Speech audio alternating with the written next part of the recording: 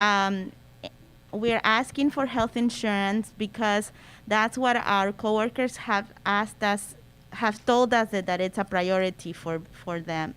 Um, and some of our workers or some of our coworkers have moved counties to work in other counties because in the other counties they offer health insurance. So we're asking you to do the same.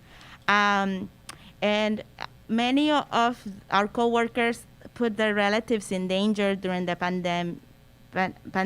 So can you please think about this?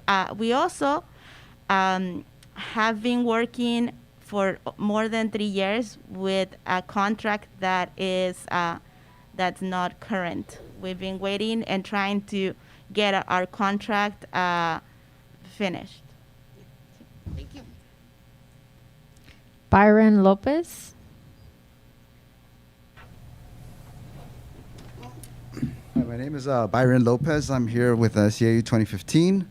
So yeah, I mean, I'm here to just talk about like the concerns our providers have with health benefits, especially because the county in its recommended budget has actually said that it's worried about people going on Medi-Cal and increasing the workload and increasing the cost to the county. So if people don't have health insurance, they're going to go to Medi-Cal. And then also they identified the health needs of the population and addressing the most vulnerable in the community, which that's what our providers are. They're taking care of the most vulnerable, and then they are, when not having health insurance, the most vulnerable. And then one of the other concerns was minimizing disparities in healthcare access, which, I mean, is just obvious. If you don't have health insurance, there's a disparity there. And then also one of the things that was for the long-term planning goals of the county was to address these health disparities. So, you know, it kind of contradicts, like if you're not getting health insurance for providers, that worsens outcomes. And just, I mean, if you think, looking at some information, like the U.S. Census in the county is saying there's about 6,000 people under the age of 65 that don't have health insurance. So that's 9% of the county population. If you look at the California Health Interview Survey, there's about 27,000 people that have employer-sponsored health insurance. So health insurance coming from their like job. So that's about 44% of the population. In Covered California, if you want to go through there, apparently from them, they said 2,000 people are getting health insurance from Covered California. So that's only 3% of the population. And then if you look in from the California Department of Healthcare Services, about 20,000 people are enrolled in Medi-Cal, so it's about 32%, so a third of the county is on Medi-Cal. And if you look at Hazel Hawkins Memorial Hospital, so they say that, so then the hospital district, they collect property taxes on behalf, or the county collects property taxes on behalf of the hospital district. But basically those property taxes go to the hospital. So that's about $2 million is what the hospital basically say they're getting. But then the hospital reports about 3.8 million in bad debt expense, which is when a patient can't pay the debt from healthcare, and about 834,000 for charity care when the hospital expects no payment. So that's about $4.5 million. And if there's $2 million in property taxes, you can kind of see that there's kind of a deficit there. And, you know, if people are not going to be getting health care and then they can't pay, they're going to go to the hospital. And then basically property owners are going to be paying more, county taxpayers are going to be paying more. So, yeah, thank you for your time. And, yeah. Oh, I also have this information, so I'll be giving it to the clerk. Maria Chiqui.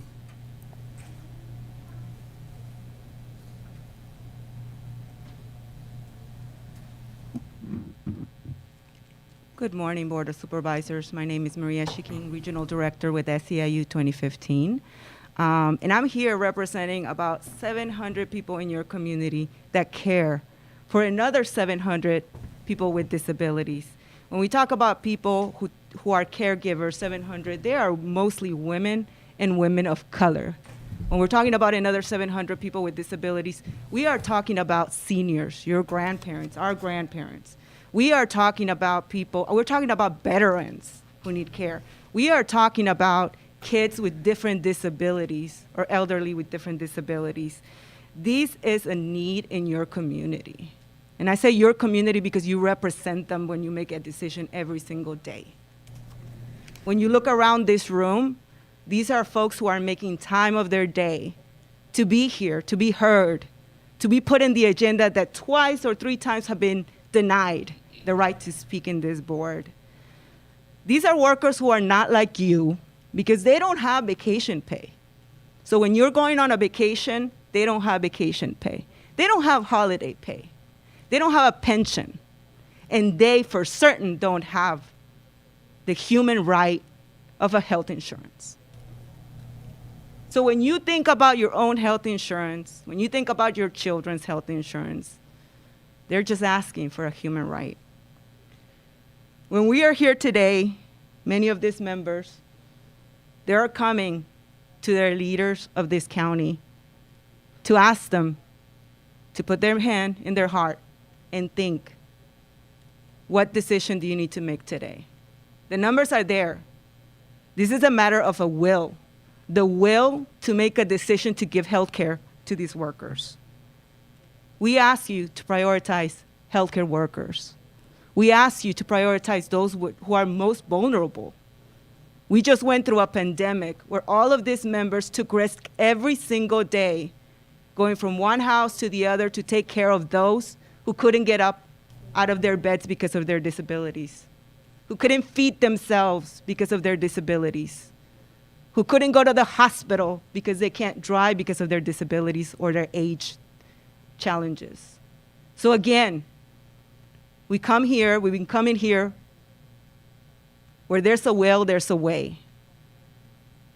Where there's a will, there's a way. And again, we're asking you to prioritize them, work through your lead bargainer, reach out to us, open your doors to speak to some of these members so you can understand what they're about. Thank you for your time, and I hope that we can hear something from you.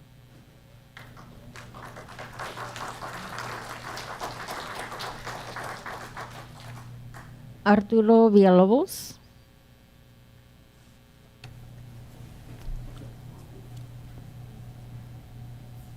Mi nombre es Arturo Villalobos, cuido a mi esposa de 5 años y mi esposa está muy enferma, tiene Alzheimer. Entonces, lo olvido. Podría poner su boca claro. sobre. Gracias. Entonces, como decía, me llamo Arturo, yo lo vivo en Cinsay. Mi esposa tiene Alzheimer como 5 años, ha tenido muchas operaciones, se le olvida todo. Es un problema, pero tengo que estar cuidándola porque se baño, porque una vez me cayó, se quebró la costilla. Y en lo que nos pagan aquí, yo quiero saber la aseguranza de vida, si cubre todo lo que dice aquí el papel este. Entonces yo quiero saber, porque yo quiero una aseguranza, porque ella se me ha puesto, se me ha muerto casi a veces, ya como 3 veces. Y bien sabes que no me ha pasado eso. Y también yo me enfermé en febrero porque había mucha presión, tuve 4 días en el hospital. Entonces ya pensaban que iba a morir, hasta me comenzaron los padres porque iban a morir según ellos. Y yo soy grande porque voy a ajustar 50 años de casado en septiembre. Le pido a Dios que me deje vivir ese día y que me muera otro día no le hacen. Entonces yo quiero saber si es cierto que lo que dice el papel es el que cubre la aseguranza de vida, 30%, es lo que quiero saber yo. Y que nos den más cobertura para cuidarlos, más dinero para cuidarlos. Yo dejé de trabajar por eso, para cuidarlos. Porque yo con lo que me dan no es justo, yo pagaba, me ganaba 1,200 a la quincena, yo trabajaba en Missouri, en State Park. Y me dejé por trabajar por eso, para cuidar a ella. Y lo que me pagan aquí no me alcanza para nada. Yo a veces me agarro mucha presión porque me agarran los billes, hay que pagar el agua, la basura, todas las cosas que pago en la casa. Entonces, qué bueno que gusta junto que yo quería hablar. Y yo quiero saber si esto que pide el papel que sí cubre los $30,000 por persona cuando se muera uno. ¿Verdad? Muchas gracias. Muchas gracias.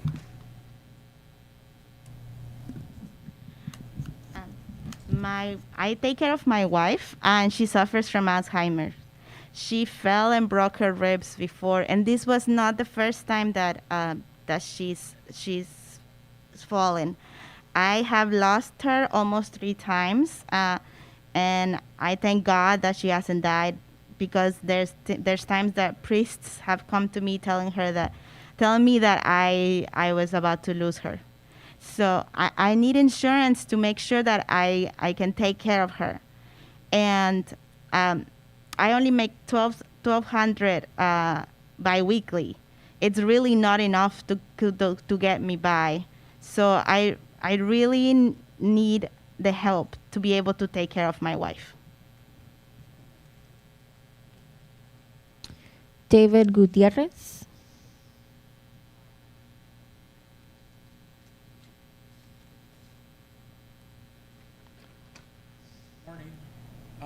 My name is David Gutierrez. I am from SEIU 2015 Salinas. I just came to support my fellow union workers with bringing forth the understanding that there is no insurance for the IHS workers here in your community. It is within your right to bring forth the abilities and the need for your fellow community.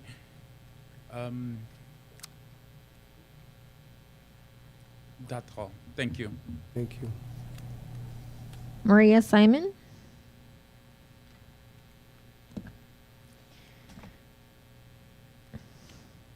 You've been unmuted. Please state your name for the record. You have 3 minutes.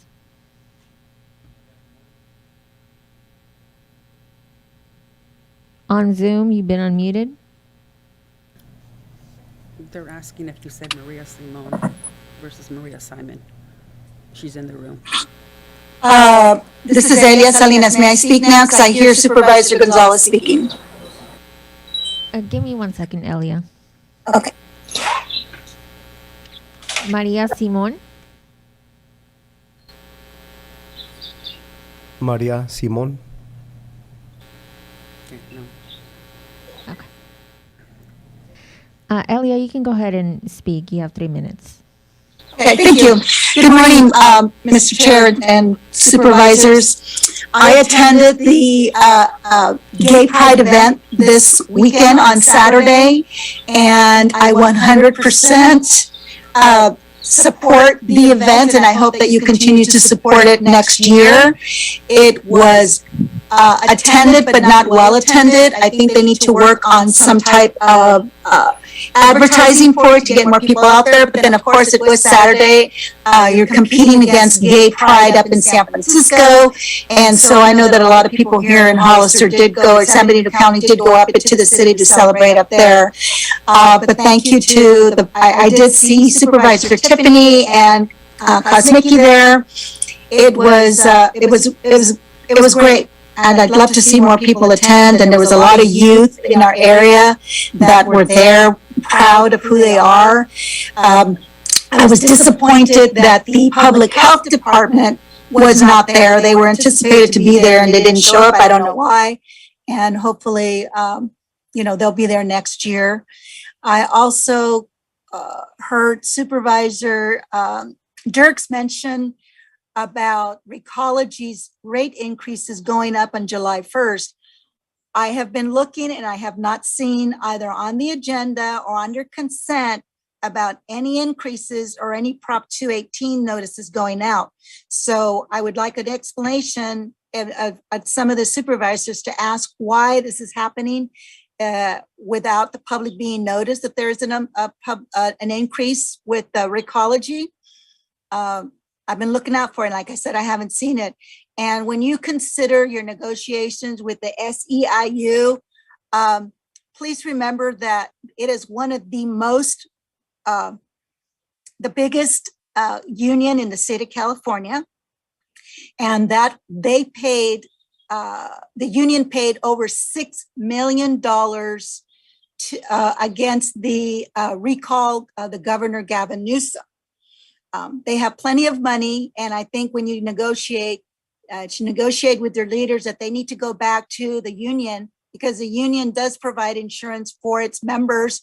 The United Farm Workers Union, which is a lot smaller than that, they provide health insurance, and they also provide life insurance for their union members. And I would like to see the SEIU try to negotiate, and you bring it up, the fact that there's plenty of money with SEIU union that they can provide health insurance for their members. And thank you for allowing me to speak.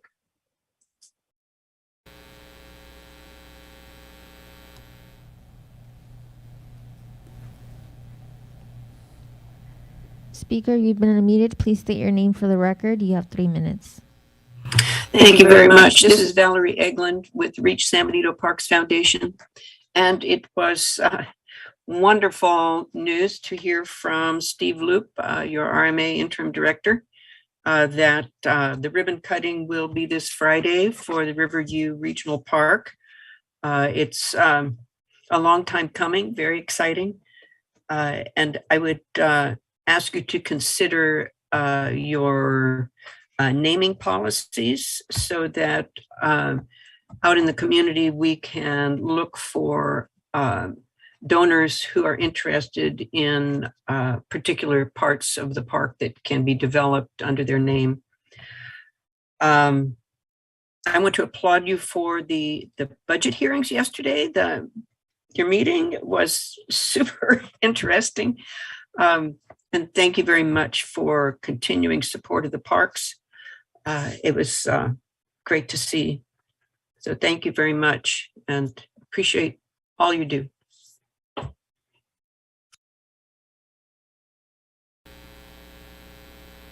Speaker, you've been unmuted. Please state your name for the record. You have 3 minutes. Good morning, board. My name is Celeste Toledo Bocanegra. So today I'm calling about the inconsistency at our local hospital that I noticed this past week. I was actually a visitor visiting a loved one there. And basically it's about the inconsistency, the mask enforcement is at our local hospital. This past week, I had taken 2 COVID tests provided by our county. After I take the COVID test, I am provided with the results within 30 minutes, my negative results, of course. To enter the hospital, I show proof of my negative results, and I notice other individuals who are have a vaccine card, which show their proof of vaccine. So after they show their vaccination card, by the way, not all of the individuals who are vaccinated are updated with their vaccines as far as boosters. So my understanding was you're fully vaccinated up to with the latest booster, right? So that's where the discrepancy or the inconsistency lies for me. When one enters the main entrance at the hospital after we show proof of our card, we are told, not asked, we are told to wear a mask. So if you are vaccinated, you still have to wear a mask. And if we have a negative COVID test, we still have to wear a mask. When is this going to end? And then after that, my understanding also with the mask, some people are unable to wear a mask. So CDC has stated that a face shield can be a substitute for mask. So I have my face shield on, and some of the staff there are okay with it. And then you get other staff members, once you go in further into the hospital, sometimes are not okay with it, and they say you have to wear a mask.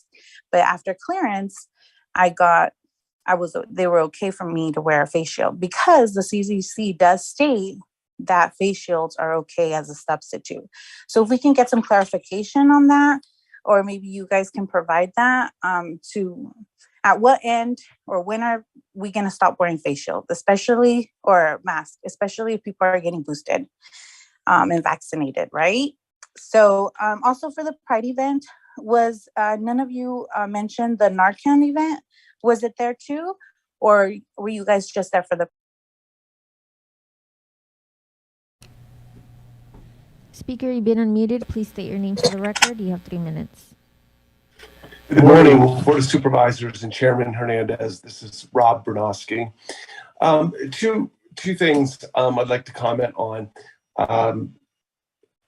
First of all, I think it would be helpful, like for the woman who was just speaking, and appropriate, if you did perhaps interrupt and try to direct her to the correct agency. In this case, I guess it would be the hospital board, just because if I understand her comments correctly, the domain of the jurisdiction is the hospital board, not the county board of supervisors, or at least not directly. But in any event, the original purpose of my comments was to talk about the Pacheco Pass Water District. As you might recall, I and Supervisor-elect Angela Curro worked together on that to make it a viable entity once again, so that it could be reinstated. And of course, now it's going to be our next large water project in California. And, there's been some recent, lawsuits and commentary by other elected officials in other jurisdictions that might be against the construction of the 140,000 acre dam and reservoir. And I'm requesting you guys, especially Supervisor Dirks, because it benefits her district the most. The original purpose of the Pacheco Pass Water District was to recharge the aquifers of northern San Benito County for agricultural purposes. And I believe that despite its growth, it still is going to maintain that purpose, at least tangentially. And it would be great if you guys would come out with a statement in favor of the Pacheco Pass Water District expansion, to counter some of the folks that don't want that project to occur. Thank you very much for listening. That concludes my comments.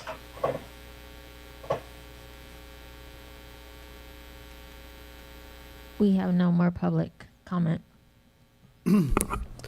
Thank you. So on to Sheriff. Please, please refrain. Please hold your comments. Por favor. Yeah. Let's take a 5-minute break, please, if we can clear the room. Let's take a 5-minute break, CAO Espinoza, so we can clear the room.